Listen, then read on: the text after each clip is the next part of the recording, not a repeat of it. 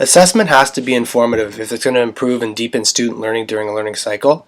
So what I decided I would do is make explicit at the beginning of instruction the learning goals and the success criteria that students would have to demonstrate through a learning cycle.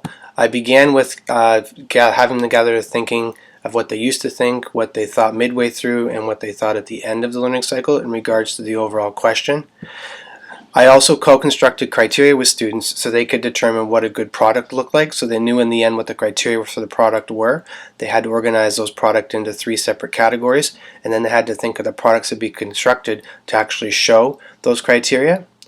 Throughout the rest of the product planning phase, I had students think about their product and what it was that they put into it. I used Google Forms throughout to assess students' learning and their progress so far. This also made them self-assess and become responsible in their learning.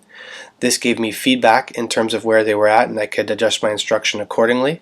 Before the products were actually finished, I had students conference with one another around the success criteria that were initially given to them. They would have to say whether or not those success criteria were met or not met, and if those success criteria were met, they would have to provide proof to me of how they had met them in their product. The final step for them was to self-assess their product after they had presented it, and they could go over and think about their learning and provide any additional information to me. And then finally, there was a rubric that I would use to evaluate in the end and decide on a mark based on my professional judgment and the triangulation of the evidence that I collected.